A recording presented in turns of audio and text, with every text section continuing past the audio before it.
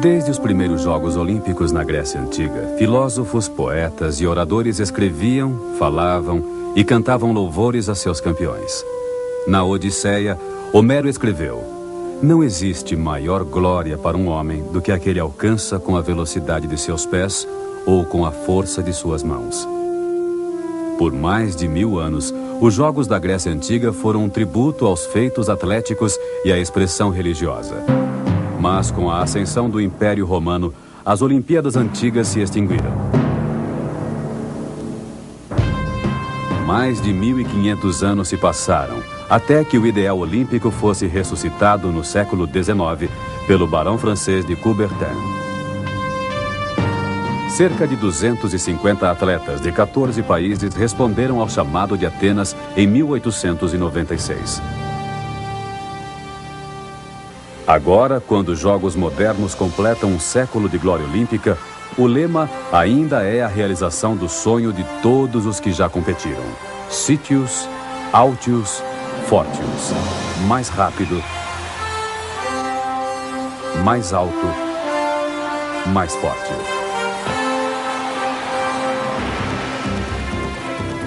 James Connolly será venerado para sempre na história olímpica como o primeiro vencedor dos Jogos Modernos em 1896. Ele brilhou no salto triplo. O sucesso de James Connolly foi uma dentre as muitas vitórias americanas no atletismo. O povo grego estava desolado, envergonhado por seus atletas não conseguirem se igualar aos lendários heróis do passado. E no último dia do atletismo, seu orgulho nacional estava em jogo: a disputa da maratona. Este é o oceano que leva à planície de Maratona. Foi aqui que um pequeno exército grego derrotou os invasores persas em 490 a.C. Depois da batalha, um guerreiro desconhecido foi enviado a Atenas para contar tudo o que se passou na planície de Maratona. Ele correu 40 quilômetros sob o sol quente. Seus pés se cortaram nas pedras afiadas, mas prosseguiu e logo avistou Atenas. Ao chegar, só conseguiu pronunciar uma palavra: Neni Kikaman. Vencemos. Então, morreu de exaustão. Agora, mais de 2000 anos depois, a corrida do guerreiro tem um significado especial para todos os gregos. Em pouco menos de 3 horas, o primeiro corredor podia ser visto do estádio de mármore recém-restaurado, abaixo da famosa Acrópole. Quando ele entrou no estádio, um grito de 80.000 vozes ressoou: Neni Kikaman, Neni Kikaman, vencemos. Foi um momento histórico. Spiridon Lewis, um jovem soldado, deu à Grécia sua única vitória no atletismo.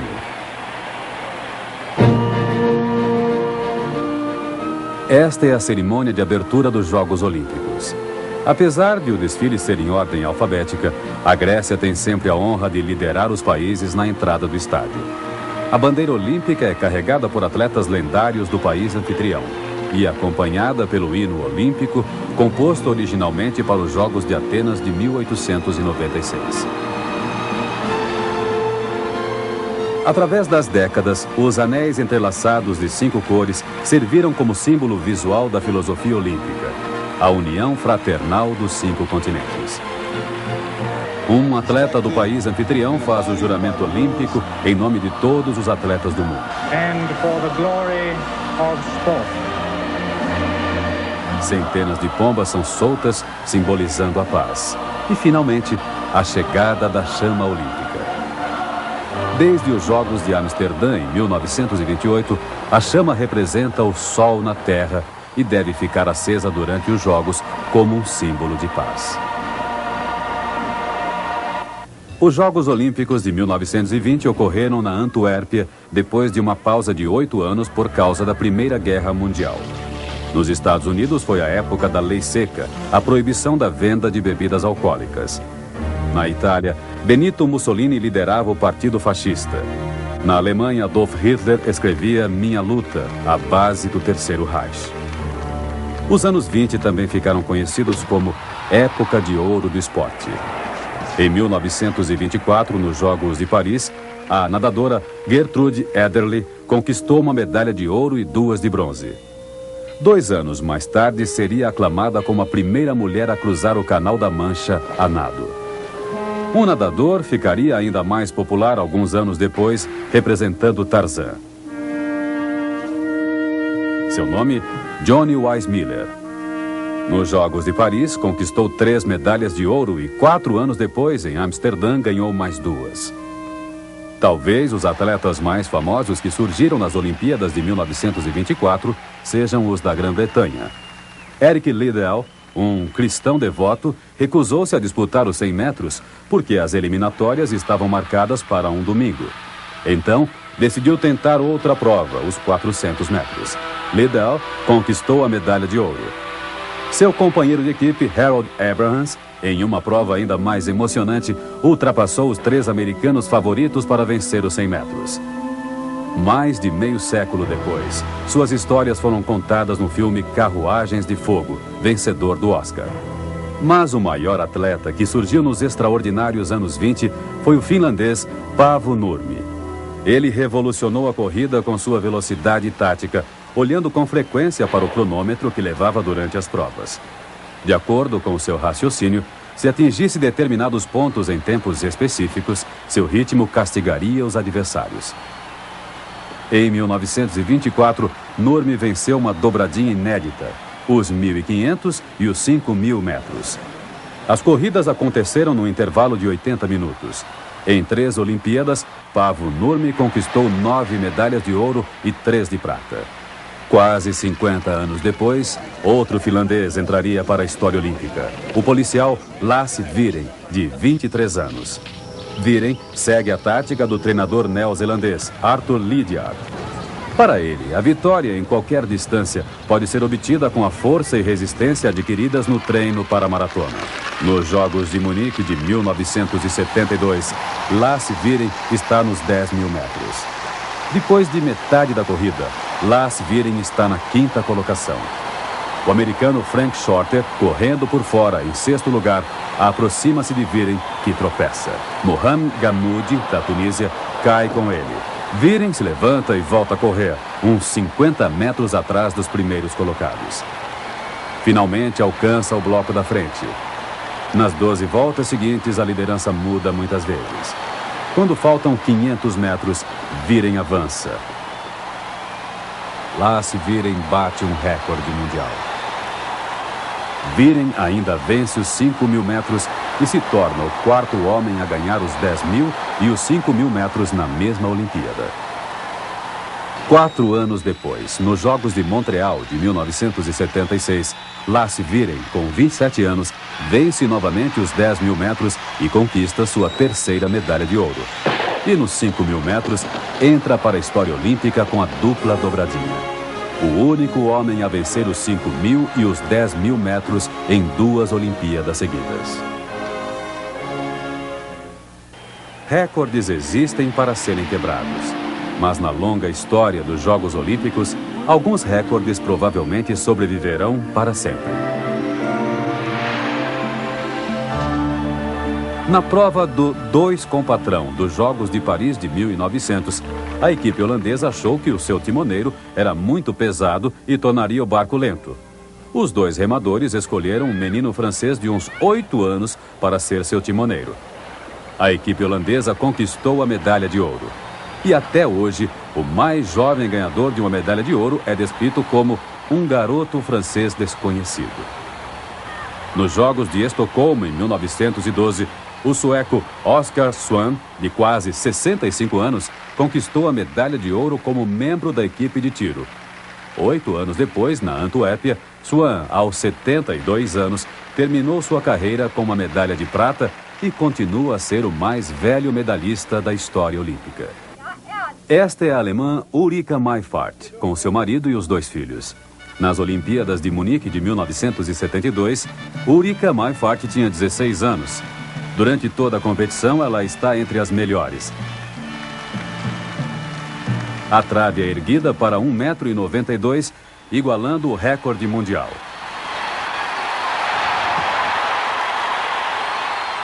Ulrika Meifert conquista a medalha de ouro e entra para a história olímpica. A mais jovem a ganhar uma medalha de ouro individual no atletismo. Esperava-se que ela repetisse sua performance nos Jogos de Montreal de 1976, mas não se classificou. A imprensa alemã achava que sua carreira tinha terminado. You must separate.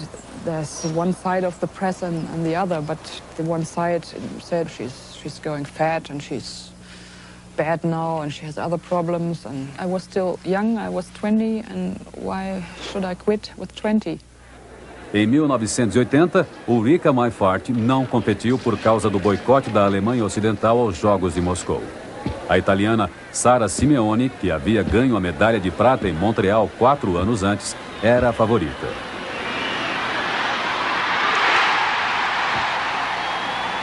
Aos 27 anos, Simeoni conquistou o ouro olímpico.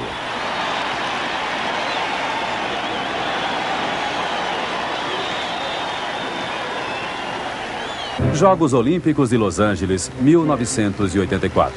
Ulrika Meifert e Sara Simeoni estavam lá em busca de mais uma medalha de ouro. A competição começa. Conforme a barra vai sendo erguida, as competidoras vão sendo eliminadas. Finalmente, restam duas mulheres, Ulrika Meifert e Sara Simeoni. Aos 2 metros, Simeoni estabelece um recorde mundial.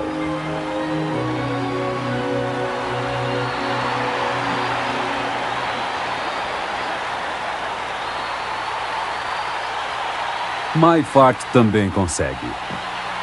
A trave é erguida a 2 metros e 2 centímetros. A primeira tentativa de Simeoni.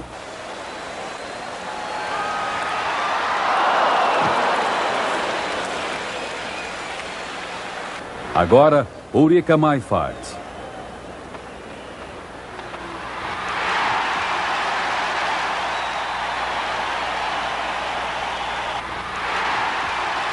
A segunda tentativa de Simeoni.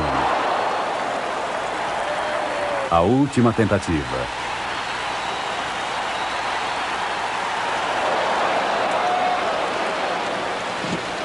Sara Simeoni ganha a medalha de prata. Ulrika Meifert terminou como começou. A mais jovem ganhadora de uma medalha de ouro na história do atletismo. E agora, aos 28 anos, na sua segunda vitória, a mulher mais velha a vencer essa prova. O salto de plataforma faz parte do programa olímpico desde 1904. Nos Jogos de Tóquio, em 1964, o americano Bob Webster, detentor do título olímpico, é o favorito. Ele é treinado por Sam Lee, o bicampeão de salto de plataforma nas Olimpíadas de 1948 e 1952. Entrando em cena em Tóquio está o italiano Klaus Di Biase, de 17 anos. Treinado por seu pai, Carlo, tetracampeão italiano, Klaus Di Biase lidera após 7 mergulhos. Quando ainda restam 3 saltos, Bob Webster é magnífico.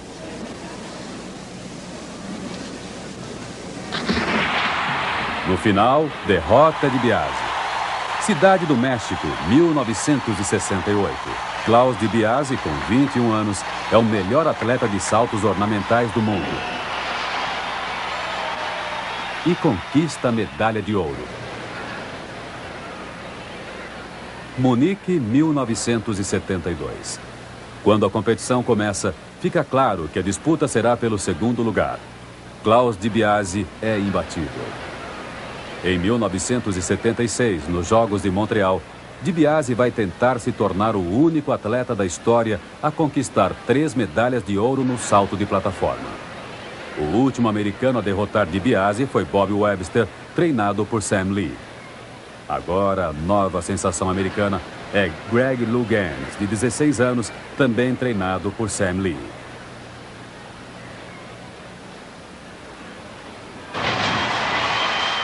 In Montreal happened the same thing as happened in Tokyo.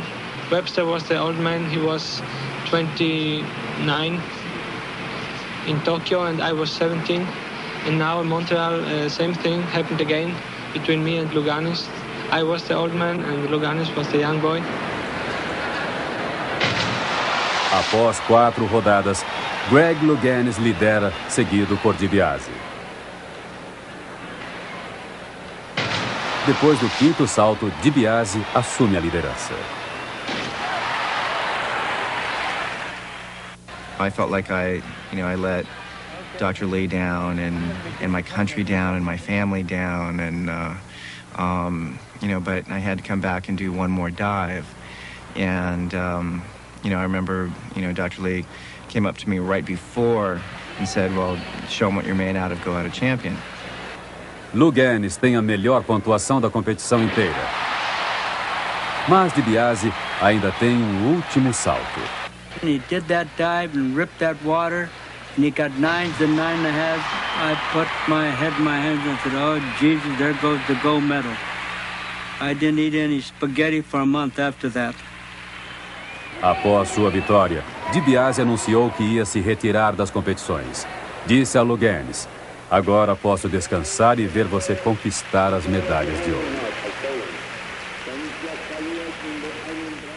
1948. O Estado de Israel é criado. Na Índia, Mahatma Gandhi é assassinado.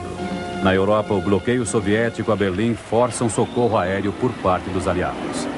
Em Londres, os Jogos Olímpicos são disputados pela primeira vez desde 1936. Os Jogos de 1940 e 1944 foram cancelados por causa da Segunda Guerra Mundial. Muitos atletas são veteranos de guerra, como o capitão Károly Takács, da Hungria. Em 1938, Takács era da equipe de tiro de pistola, campeã do mundo. Mas, durante exercícios militares, ele perdeu a mão direita.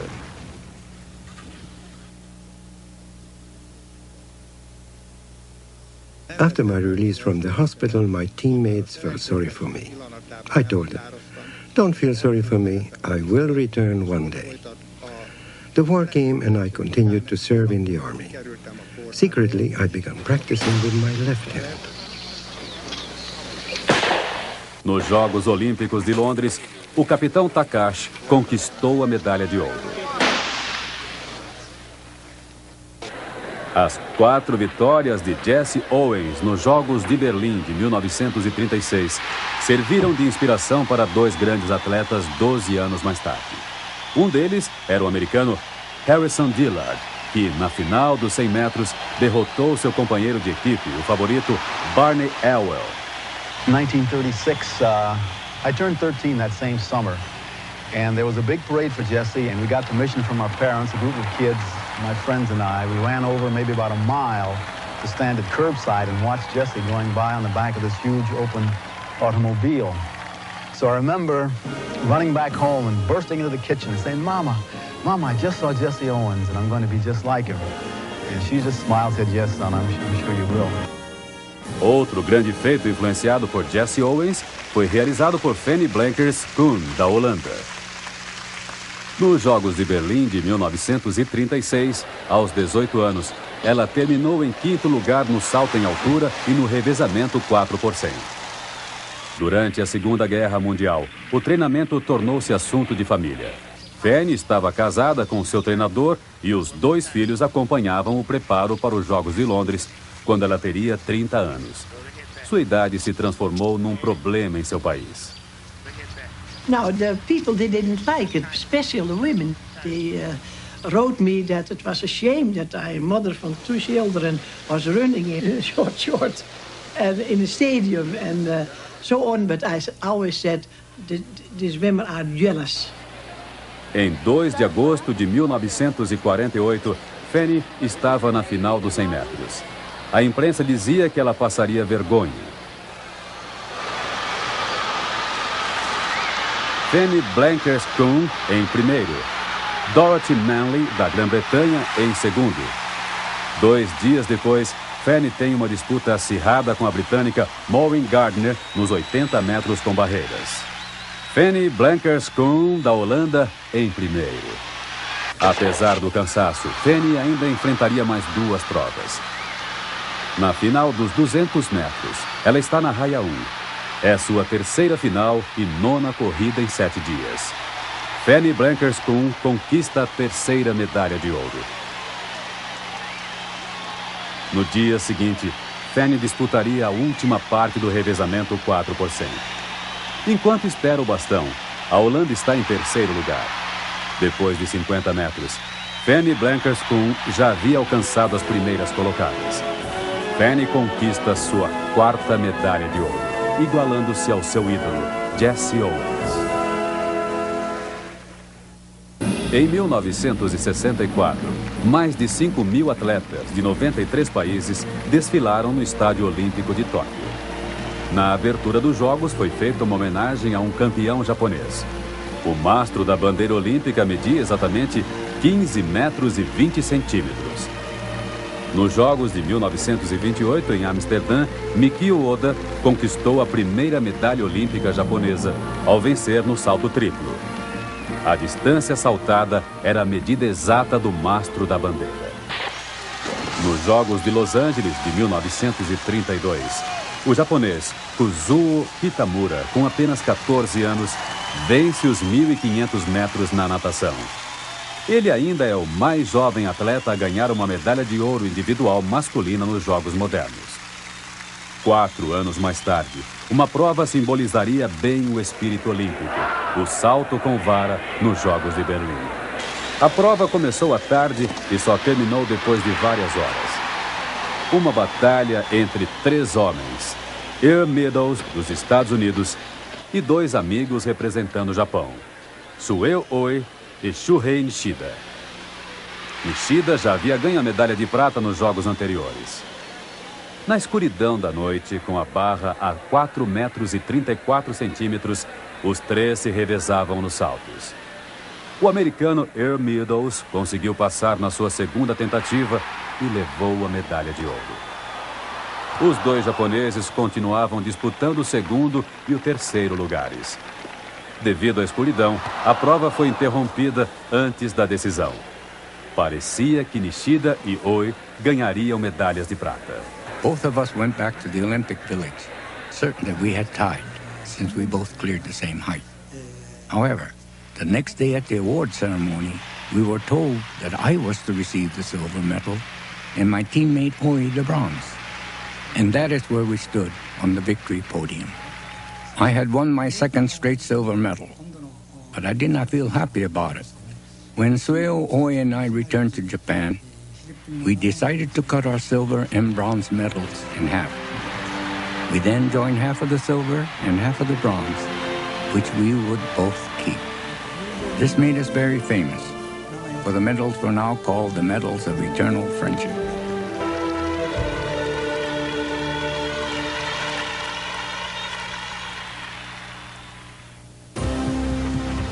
Uma das maiores disputas dos Jogos da Antuérpia de 1920 aconteceu quando o francês Joseph Guillemot, de apenas 20 anos, venceu o finlandês Paavo Nurmi nos 5.000 metros. A vitória foi particularmente extraordinária, porque 2 anos antes, Guillemot, soldado na Primeira Guerra Mundial, foi envenenado por gases tóxicos e teve os pulmões queimados. Quase 3 décadas mais tarde, outro atleta olímpico francês passaria por uma experiência semelhante. Seu nome, Alain Mimoun. Na Segunda Guerra Mundial, Mimoun foi gravemente ferido e quase teve a perna amputada.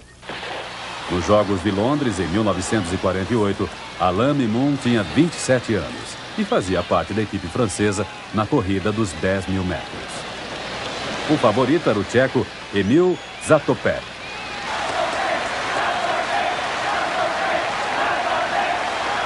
Na metade da corrida, Emil Zatopek está na frente e Mimoun atrás dele. Na última reta, Zatopek já estava uma volta na frente dos outros, com exceção de Alain Mimoun. No final, Emil Zatopek é em primeiro, Alain Mimoun é em segundo. Nos Jogos de Helsinki, Mimoun esteve próximo de Zatopek durante toda a prova dos 10.000 metros. And then, in the final lap, he shot ahead. I said to myself, 2nd, well, okay, not bad. 4 dias depois, nos 5.000 metros, Zatopek vence Mimoun mais uma vez. Alain Mimoun havia enfrentado Emil Zatopek por 3 vezes em competições olímpicas e nas 3 teve que se contentar com a medalha de prata. Nas Olimpíadas de Melbourne de 1956, os dois velhos amigos voltam a se encontrar. On the first day of the competition, I finished 11th in the 10,000 meters. The journalists wrote that I was too old, that I was finished. I was not finished. So after the 10,000 meters, I went to the federation and said, I'm doing the marathon. He's crazy. Alain Mimon sabe que esta é a última chance de vencer Emile Zatopek nos Jogos Olímpicos. There were 3 signs that I knew were my destiny. First, the very same day of that race, my daughter Olympia was born. Second, the weather had been really bad all the time we were there. And the day of the race, like today, over 100 degrees. Third sign, the number 13 on my bib. No quilômetro 35, Mimon está em primeiro. Decide ficar na liderança e deixar Zatopek tentar alcançá-lo. Zatopek está em sexto, 500 metros atrás. Já é final de tarde e o ritmo inicial de Mimon esgotou Emile Zatopek. Mimon continua. Aproxima-se do estádio. Mimon tem que completar uma volta na pista de 400 metros para conquistar a medalha de ouro. Faltam 300 metros. Ele olha para trás. Pela primeira vez em 8 anos, Emile Zatopek não está lá.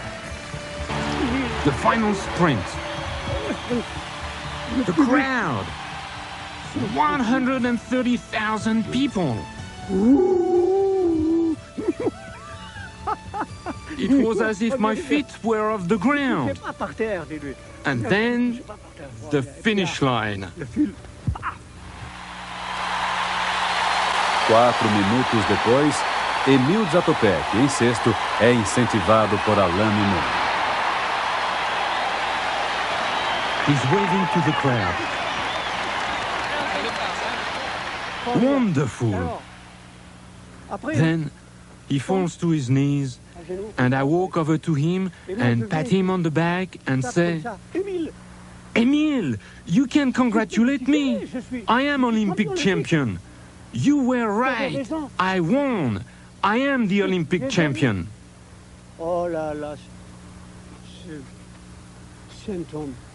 Emile stands up and takes off his little cap. He comes to attention as if he's saluting me, and he kisses me and says, I am glad for you, my friend. To me, this is worth all the gold in the world. If Zatopek had not existed, even Olympic champion would have meant nothing for me. Even Olympic champion. But with Zatopek, it is the destiny that was written for me. Fantastique.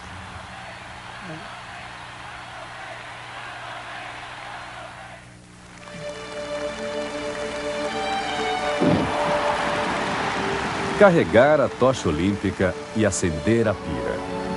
O ato final que abre os Jogos Olímpicos. Em 20 de julho de 1936, uma tocha foi acesa pelos raios do sol em Olímpia, na Grécia, o local dos Jogos Olímpicos antigos. Mais de 3.000 atletas levaram a tocha através de 7 países até o local dos Jogos. Uma tradição que se mantém em todas as Olimpíadas. 1º de agosto, 12 dias depois de iniciada a corrida, a tocha chega a Berlim. Em algumas horas, o último corredor entrará no estádio. O alemão Fritz Schilgen foi o escolhido. I reached the stadium and ran up the steps, which I had done several times in practice. But when I reached the top of the stairs, I became confused. I had been told that when I entered the stadium, there would be dead silence. No music, no speeches. But the band was playing the Olympic hymn. Should I continue to run? I hesitated, and then I decided I must go on.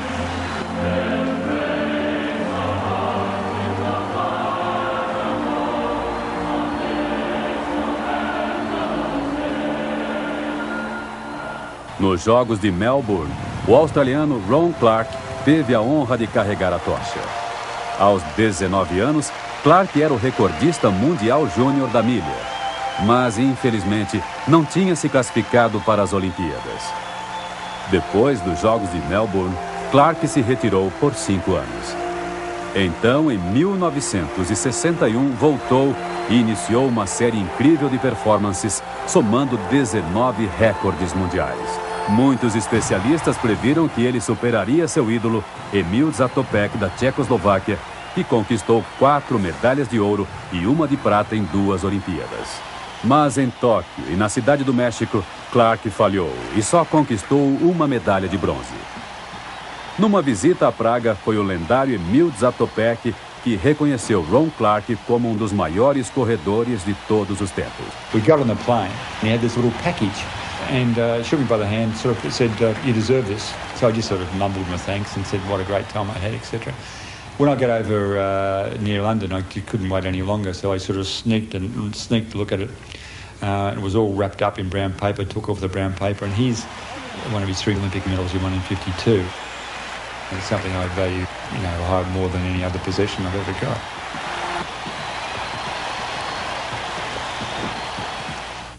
– 1968. Um ano violento e agitado. Nos Estados Unidos, o líder negro Martin Luther King e o senador Robert Kennedy são assassinados. Na Europa, a União Soviética manda tropas para reprimir revoltas nacionalistas na Tchecoslováquia e muitos atletas olímpicos são obrigados a se esconder. Tensão também na Cidade do México, sede das Olimpíadas de 1968. Tropas do governo atiram em estudantes universitários que protestam contra os gastos excessivos do governo. Muitos são mortos e feridos. Mas também houve momentos de glória. Foi no Estádio Olímpico da Cidade do México que Norma Henriqueta Basílio entrou com a tocha. A primeira mulher a ter essa honra. Outra imagem inesquecível. Na premiação dos 200 metros, os americanos Tom Smith e John Carlos, vencedores das medalhas de ouro e de bronze, inclinam a cabeça e erguem os braços na saudação Black Power. Os Jogos de 1968 também foram marcados pela revelação dos atletas quenianos. Most of the children in Kenya, especially in the rural areas, they still up to these days run to school. They don't take a bus or they don't ride bikes, they run to school. This is a form of training. Nos 10.000 metros, Neftali Temu, do Quênia, ultrapassa Mamu Wold, da Etiópia, o primeiro queniano a conquistar uma medalha de ouro nas Olimpíadas. 2 dias depois, uma performance surpreendente de corredores quenianos nos 3.000 metros com obstáculo. Amos Biwott conquista a medalha de ouro e seu companheiro de equipe, Ben Kogo, a de prata. Mas a maior vitória do Quênia nos Jogos ocorreu na prova dos 1.500 metros. Kip Keino, que já havia conquistado a medalha de prata nos 5.000 metros, dá uma virada espetacular, derrotando o grande favorito, o americano Jim Ryan. Munique, 1972. Kip Keino vai correr os 3.000 metros com obstáculos. Numa performance impressionante, conquista sua segunda medalha de ouro. Mais tarde, Keino tentará defender seu título olímpico nos 1.500 metros. Mas perde para o finlandês Pekka Vasala. Kip Keino encerra sua carreira olímpica com 2 medalhas de ouro e 2 de prata. Esta é Eldoret, no Quênia, onde Kip Keino vive em sua fazenda com a esposa e 7 filhos. Mas, às vezes, a família chega a ter 70 pessoas, órfãos que ele adota há quase 25 anos. Kip Keino é hoje tão idolatrado como humanista como por seu sucesso no atletismo. Na história do atletismo feminino, muitas performances se destacaram pela versatilidade da atleta. Nos Jogos de Los Angeles de 1932, Baby Didrikson venceu no arremesso de dardo e nos 80 metros com barreiras. No salto em altura, ficou com a medalha de prata e ainda se tornou uma das maiores golfistas de todos os tempos. Mais de meio século depois, a americana Jackie Joyner Kersee conquistou o título de atleta mais completa da história por ter vencido o heptátulo nas Olimpíadas de 1988 e de 1992. Uma competição com 7 provas que inclui salto, corrida e arremesso. Mas em termos de talentos múltiplos, talvez a atleta mais peculiar seja a francesa Micheline Ostermeyer. Ela é uma das mais famosas concertistas de piano da França. Deu seu primeiro recital público aos 12 anos. Micheline Ostermeyer também é uma campeã olímpica, vencedora de 2 medalhas de ouro e de 1 de bronze nas Olimpíadas de Londres de 1948. There are 2 means of expressing oneself, music and sport. And you can be passionate doing both, especially when the competitions are very exciting. Quando os Jogos foram organizados em Londres, em 1948, ela treinou o arremesso de disco com seu técnico por poucas semanas. Nunca havia arremessado até 2 meses antes das Olimpíadas. A favorita era uma atleta italiana. Mas Micheline Ostermeyer fez o que parecia impossível. Se tornou campeã olímpica. Alguns dias depois, o arremesso de peso feminino seria disputado pela primeira vez nas Olimpíadas. Novamente, Micheline é a melhor. Ela ainda participaria de uma última prova, o salto em altura. Desta vez ficou com o bronze. Micheline Ostermeyer teve 3 dias de glória. Depois, como uma estrela cadente, se foi da arena olímpica para sempre. How would I want to be remembered? Very simply, a concert pianist who was an Olympic champion. Durante os Jogos de Helsinki, em 1952, um fato inusitado aconteceu no dia 24 de julho. Zatopek, o grande campeão tcheco, venceu os 5.000 metros. E sua esposa venceu o arremesso de dardo. Até hoje, o único casal que conquistou o ouro no mesmo dia. Valery Borsod e sua esposa, Lyudmila Turisheva, da Ucrânia, também são campeões olímpicos. Aos 16 anos, Lyudmila Turisheva levou o ouro nas Olimpíadas da Cidade do México em 1968. Ela pertencia à equipe soviética.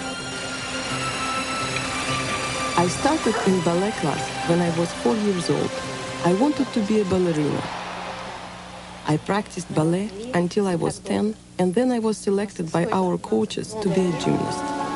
Nos Jogos de Munique, em 1972, apesar de Turisheva ser a capitã da equipe, a ginasta soviética que cativou o mundo foi Olga Korbut, de 17 anos.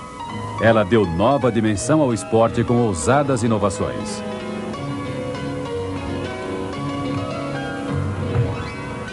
A medalha de ouro de maior prestígio na ginástica é a da prova geral individual, a maior soma de pontuação depois das apresentações nos 4 aparelhos. O salto sobre o cavalo, a trave, os exercícios de solo e as barras assimétricas. Em 3 das provas, Olga foi magnífica. Muitos achavam que ela derrotaria Turisheva no título geral. Mas nas barras assimétricas, vários erros eliminaram qualquer esperança de medalha de ouro para Olga Korbut.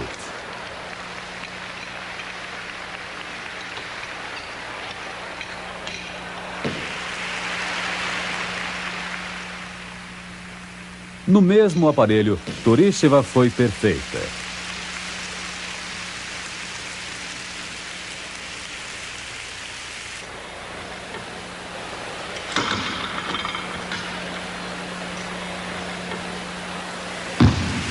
Quando terminou, subiu ao topo do pódio. Na final dos 100 metros masculino, pela primeira vez, um soviético tinha grandes chances de vencer.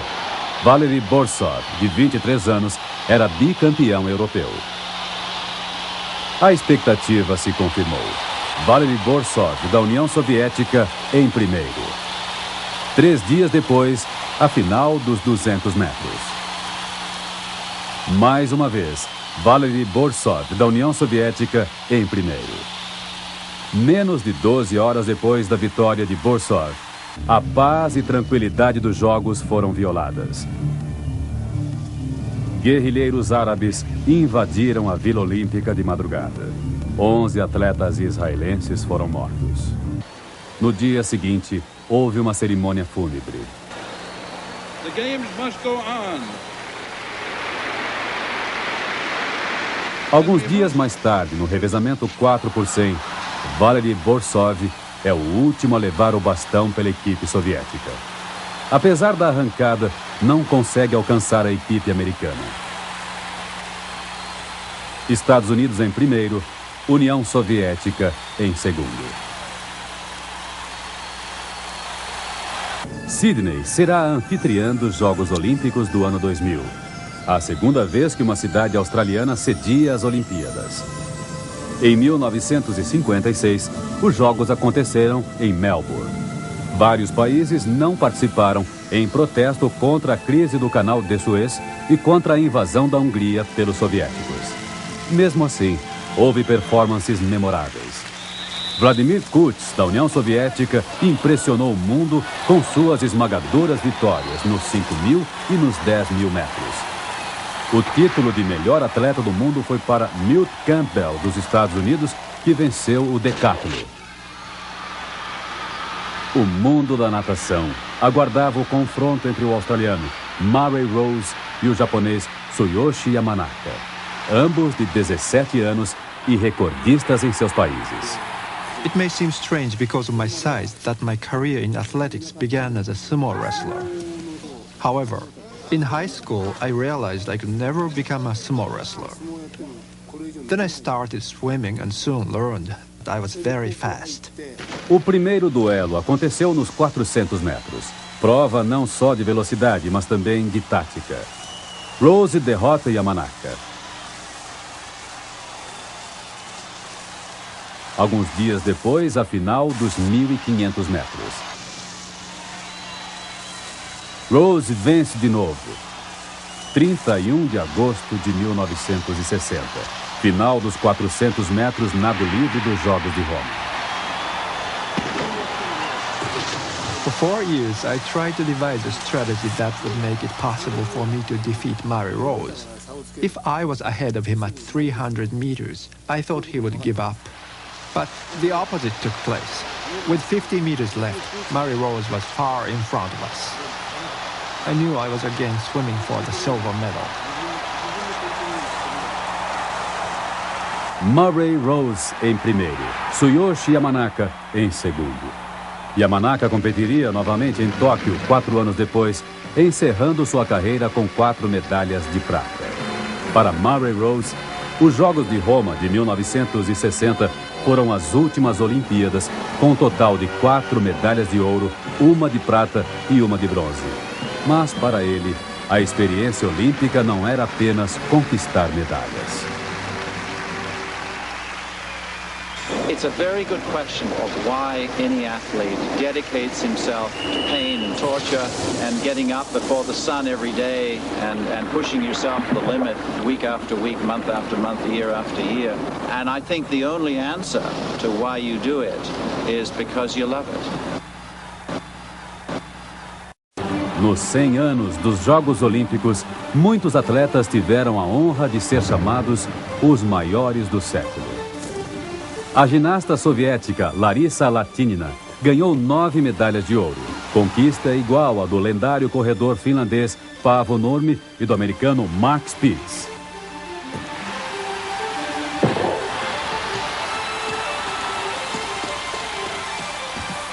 Spitz conquistou 2 medalhas de ouro nos Jogos da Cidade do México em 1968. 4 anos depois, em Munique, ganhou mais 7, batendo 7 recordes mundiais.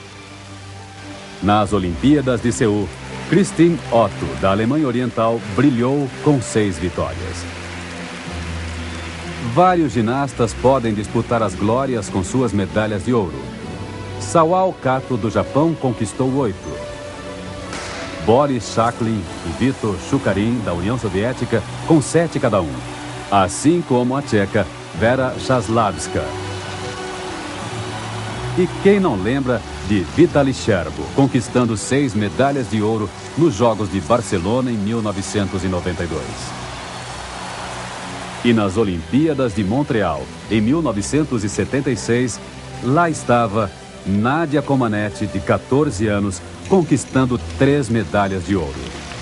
Ela entrou para a história olímpica por ser a primeira ginasta a conseguir uma nota 10 perfeita. Antes do final da competição, ela conseguiria 7 notas 10. E nos últimos Jogos, um nome tem se destacado entre as atuações individuais. Agosto de 1984, Los Angeles. Na final dos 100 metros, o favorito é o americano Carl Lewis. Além dele, 2 promessas. O também americano Sam Grady e o canadense Ben Johnson.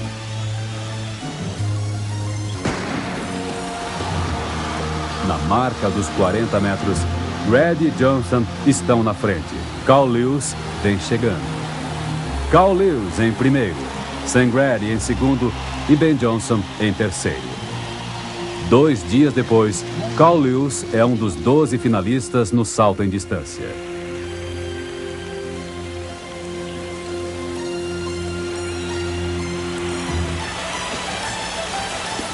(8 metros e 54 centímetros, quase 48 centímetros além do salto anterior. Carl Lewis conquista sua segunda medalha de ouro. Carl Lewis vai para a final dos 200 metros.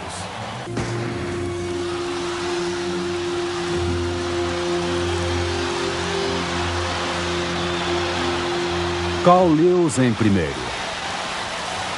Final do revezamento 4 por 100 metros. Carl Lewis, correndo a última parte pela equipe americana, espera pelo bastão.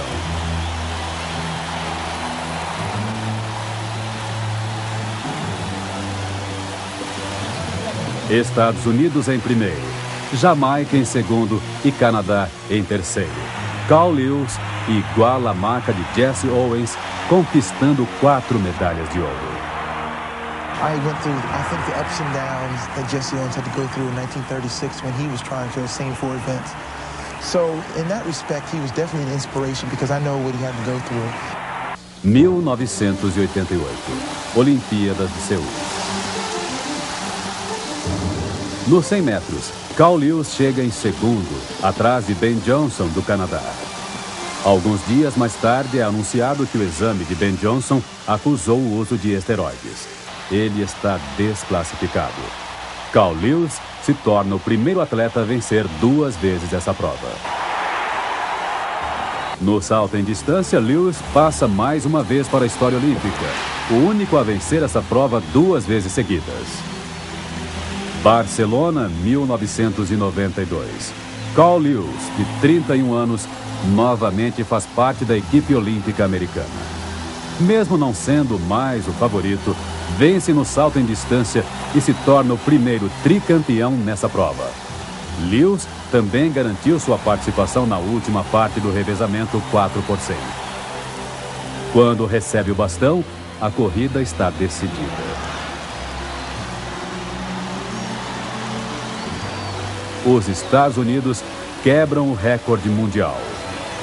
Carl Lewis, em 3 Jogos Olímpicos, conquista 8 medalhas de ouro e 1 de prata.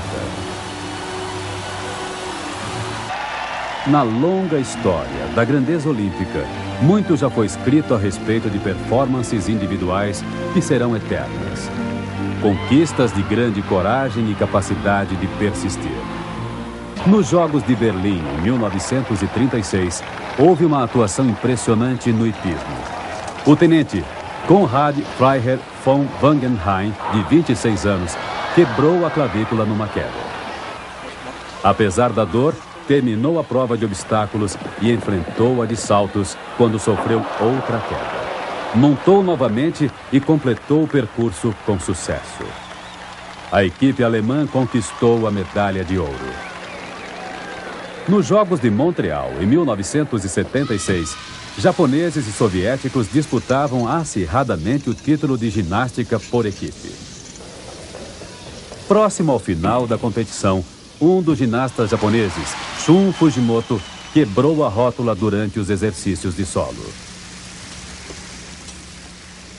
If I had to drop out, it would be difficult for our team to win. I could not be replaced, and therefore, we would not receive any points, which are so necessary to win the team championship. I asked the doctor to give me a painkiller, but I was told it was against the rules. I would have to compete on the rings with my broken knee. I knew that when I descended from the rings, it would be the most painful moment. I also knew that if my posture was not good when I landed, we would lose valuable points. There was only one thing to do. I must try to forget the pain.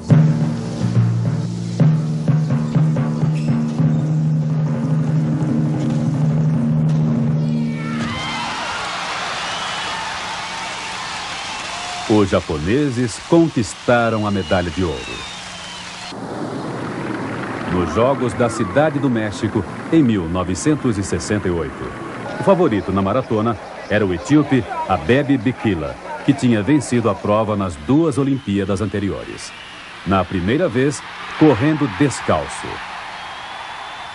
Mas no México, poucos além de seus técnicos sabem que Bikila correrá com o osso do pé quebrado. Após 17 quilômetros, ele está entre os líderes, mas a dor é enorme e Abebe Bikila abandona a prova. Quem assume a liderança é o companheiro de equipe de Bikila, Mamo Wold. Ele entra no estádio. Pela terceira vez consecutiva, o etíope ganha a mais tradicional corrida do programa olímpico. Cerca de 1 hora depois de Mamo Wold cruzar a linha de chegada, John Stephen Akhwari, da Tanzânia, se aproxima do estádio. O último homem a completar a jornada.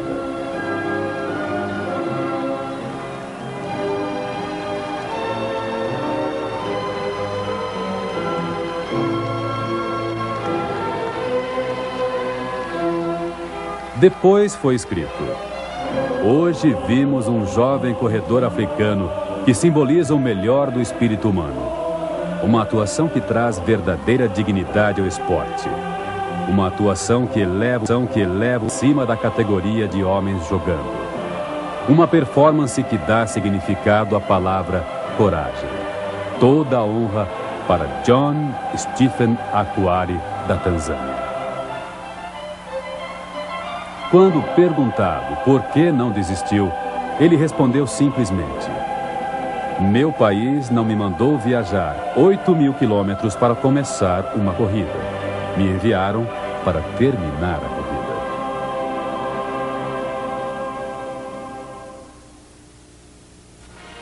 No último dia de todos os Jogos Olímpicos há uma comemoração especial. Milhares de atletas se reúnem para dar seu último adeus. Uma tradição que teve início nos Jogos Olímpicos de Melbourne, em 1956. Durante os Jogos, uma carta foi escrita ao presidente do comitê organizador por John Yan Win, um australiano de ascendência chinesa de 17 anos. Dear friend, I am a Chinese boy and I've just turned 17 years of age. I believe it has been suggested that a march should be put on during the closing ceremony, and you said it couldn't be done. I think it can be done. The march I have in mind is different than the one during the opening ceremony.